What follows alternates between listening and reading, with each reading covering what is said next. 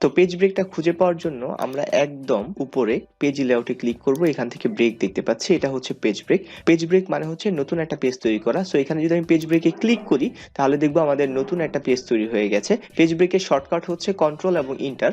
So এখন যদি আমি আবারও কন্ট্রোল এবং ইন্টার প্রেস করি তাহলে দেখবো যে আমরা নতুন একটা পেজ তৈরি হয়ে গেছে। এখন আমরা পেজ ব্রেক যে এখানে হয়েছে এটা আমরা কিভাবে বুঝতে পারবো? এই যে এখানে দেখতে পাচ্ছি শো এন্ড হাইড, এখানে আমরা ক্লিক করে দিব। তাহলে আমরা এই যে এখানে দেখতে পাচ্ছি একটা পেজ ব্রেক নেওয়া আছে এবং এখানে দেখতে পাচ্ছি আমাদের আরো একটা পেজ ব্রেক নেওয়া আছে। এই চিহ্নটা হচ্ছে শো এন্ড হাইড। এটা নিয়ে যদি আপনি A to Z জানতে চান তাহলে আমার চ্যানেলে এই ভিডিওটা দেখে আসতে পারেন। এখন এই পেজ ব্রেকটাকে আমরা ডিলিট করব কিভাবে, বা এখানে যে এই নতুন পেজ তৈরি হয়েছে এটাকে আমরা ডিলিট করতে চাই। শো এন্ড হাইডটাকে আমরা অবশ্যই ওপেন রাখবো, নাহলে বোঝা যাবে না। এই যে পেজ ব্রেক এটাকে আমরা এইভাবে ড্র্যাগ করে সিলেক্ট করতে পারি, অথবা মাউসের কার্সারটা একদম হাতের বাম পাশে এসে ক্লিক করলে হবে, সিলেক্ট হয়ে গেল। তারপর ব্যাক স্পেস বাটন প্রেস করলে আমাদের পেজ ব্রেকটা ডিলিট হয়ে গেল। এখানে এই পেজটা কেন তৈরি হয়েছে? কারণ এই যে পুরো টেক্সট এটা শেষে আমরা একটা পেজ ব্রেক নিয়েছি। তো এটাকে যদি সিলেক্ট করে ব্যাক স্পেস প্রেস করি তাহলে এই পেজ ব্রেকটা ডিলিট হয়ে যাবে। আমি যদি চাই এই যে প্রথম লেখাটার শেষে এসে মাউসের কার্সারটা রেখে আমি একটা পেজ ব্রেক নিব, তাহলে নিচের বাকি যে লেখাগুলো আছে সেগুলো পরবর্তী পেজে চলে যাবে। আবার এই সবুজ লেখাটা যদি পরবর্তী পৃষ্ঠায় নিয়ে যেতে চাই তাহলে লাল লেখার শেষে অথবা সবুজ লেখার শেষে যে কোনো একটা জায়গায় এসে আমি যদি একটা পেজ ব্রেক নিই তাহলে বাকি লেখাটা অপর পৃষ্ঠায় চলে যাবে। এখন এই সেম কাজটা পেজ ব্রেক ছাড়াও করা যায়, যেমন হচ্ছে আমরা ইন্টার ব্যবহার করে করতে পারি। যেমন আমি জাস্ট ইন্টার বাটন প্রেস করতে থাকলাম, inter inter inter. So inter button press করলে এই লেখাটা পরবর্তী পৃষ্ঠায় চলে গেল। কিন্তু এখানে একটা বড় সমস্যা আছে, আমি একটা প্র্যাকটিক্যাল এক্সাম্পলের মাধ্যমে আপনাকে দেখাচ্ছি। যেমন এটা হচ্ছে আমাদের মাদ্রাসার প্রশ্ন। তো আমরা বুঝতে পারছি যে এই এতটুকু হচ্ছে আমাদের একটা প্রশ্ন এবং নিচের এটা হচ্ছে আবার অন্য একটা প্রশ্ন। এইটাকে যদি পরবর্তী পৃষ্ঠায় নিতে চাই তাহলে আমি ইন্টার দিয়েও নিতে পারি, আমি ইন্টার প্রেস করে করে আমি হয়তো নিয়ে যেতে পারলাম। কিন্তু এই সেম কাজটা আবার পেজ ব্রেক দিয়েও করতে পারি, যেমন আমি কন্ট্রোল এবং ইন্টার বাটন প্রেস করলাম, পরবর্তী পেজে প্রশ্নটা চলে গেল। এইভাবে কাজটা করলে কাজটা অনেক সহজ হলো। আবার পেজ ব্রেক না দিয়ে যদি সেম কাজটা আমি ইন্টার বাটন প্রেস করে করি তাহলে আমার ইন্টার ইন্টার ইন্টার কিছু সমস্যাও আছে ইন্টার বাটন প্রেস করলে।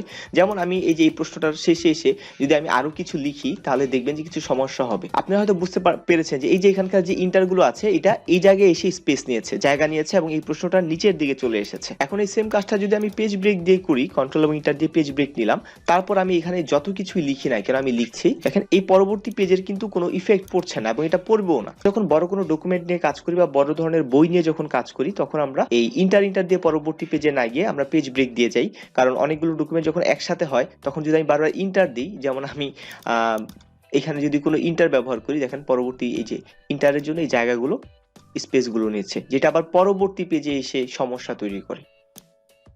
তো আমরা এই ডকুমেন্টের একদম শেষে এসে কন্ট্রোল ইন্টার প্রেস করে যদি পেজ ব্রেক ব্যবহার করি তাহলে নতুন একটা পেজে চলে যাবে। আবার আমরা যদি চাই লাল লেখাটা অপর পৃষ্ঠায় চলে যাবে তাহলে লাল লেখার শুরুতে এসে মাউসের কার্সারটা রেখে কন্ট্রোল ইন্টার প্রেস করলে এই লেখাটা পরবর্তী পৃষ্ঠায় চলে যাবে এবং এই জায়গাটাতে আমরা একটা পেজ ব্রেক দেখতে পাচ্ছি। এখন আমি যদি চাই এই ডকুমেন্টের শুরুতে একটা ব্ল্যাঙ্ক পেজ আসবে তাহলে মাউসের কার্সারটা আমরা এই যে শুরুতে রাখবো, কারণ এই শুরুর আগে একটা ব্ল্যাঙ্ক পেজ আসবে, তাহলে এখানে রেখে আমরা পেজ ব্রেক ব্যবহার করতে পারি। তাহলে শুরুতে একটা ব্ল্যাঙ্ক পেজ চলে এসেছে। আমাদের ডকুমেন্টের অনেকই সময় শুরুতে ব্ল্যাঙ্ক পেজের প্রয়োজন হয়, যেমন এই ডকুমেন্টের শুরুতে আমরা কভার পেজ দিতে চাই, তাই মাউসের কার্সারটা শুরুতে রেখে আমি একটা পেজ ব্রেক নিলাম। পেজ ব্রেকটা বোঝার জন্য আমি শো এন্ড হাইডটাকে ওপেন করে দিলাম, এই যে পেজ ব্রেক।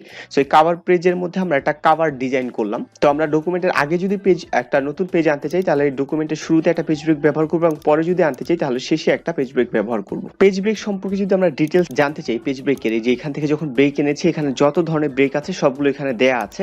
আর পেজ ব্রেকের যে উইন্ডোটা আছে এটা হচ্ছে ইনসার্টে যাব, তাহলে এখানে দেখতে পাচ্ছি পেজেস, এখানে আমরা তিনটা দেখতে পাচ্ছি, কভার পেজ, ব্ল্যাঙ্ক পেজ আর পেজ ব্রেক। সো আমরা এখান থেকে এই পেজ ব্রেকের ব্যবহারটা অলরেডি দেখেছি। আমরা যখন পেজ ব্রেকে ক্লিক করি নতুন একটা পেজ তৈরি হয়, আমরা এই যে এই ডকুমেন্টের শুরুতে আমাদের একটা কভার পেজ আসবে, তাহলে আমরা ইনসার্টে যাব, এখান থেকে কভার পেজ দেখতে পাচ্ছি, আমি আমার পছন্দ মতো একটা কভার এখানে দিয়ে দিলাম, তাহলে অটোমেটিক একটা ব্ল্যাঙ্ক পেজও আসলো প্লাস একটা কভার পেজ তৈরি হয়ে গেল। এখানে আমি আমার ডকুমেন্টের নামটা লিখে দিই। তো ওকে, ডান। আমরা পেজ ব্রেকও বুঝতে পারলাম, কভার পেজও বুঝতে পারলাম, তাহলে এখন ব্ল্যাঙ্ক পেজ এই জিনিসটা আসলে কি? এখন আমি ব্ল্যাঙ্ক পেজ বিষয়টাকে ব্যাখ্যা করব।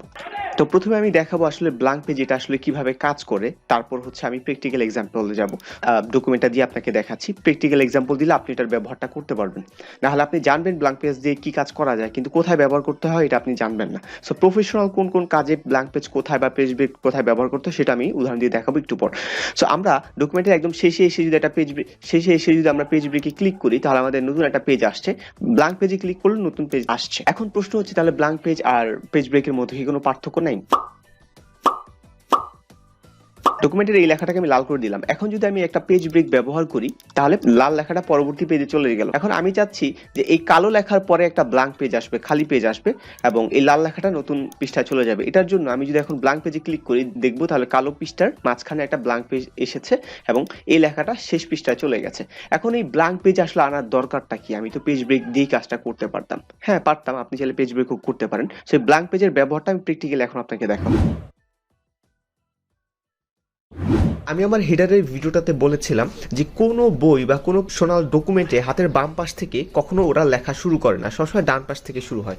এই ডকুমেন্টটার দিকে যদি আমরা খেয়াল করি দেখবো এখানে এসে শেষ হয়ে গেছে এবং এখানে যেহেতু তারা বইটা শুরু করতে পারছে না টেক্সটটাকে, তাই এই পেজটাকে তারা হচ্ছে একটা ব্ল্যাঙ্ক রেখে এখান থেকে শুরু করেছে।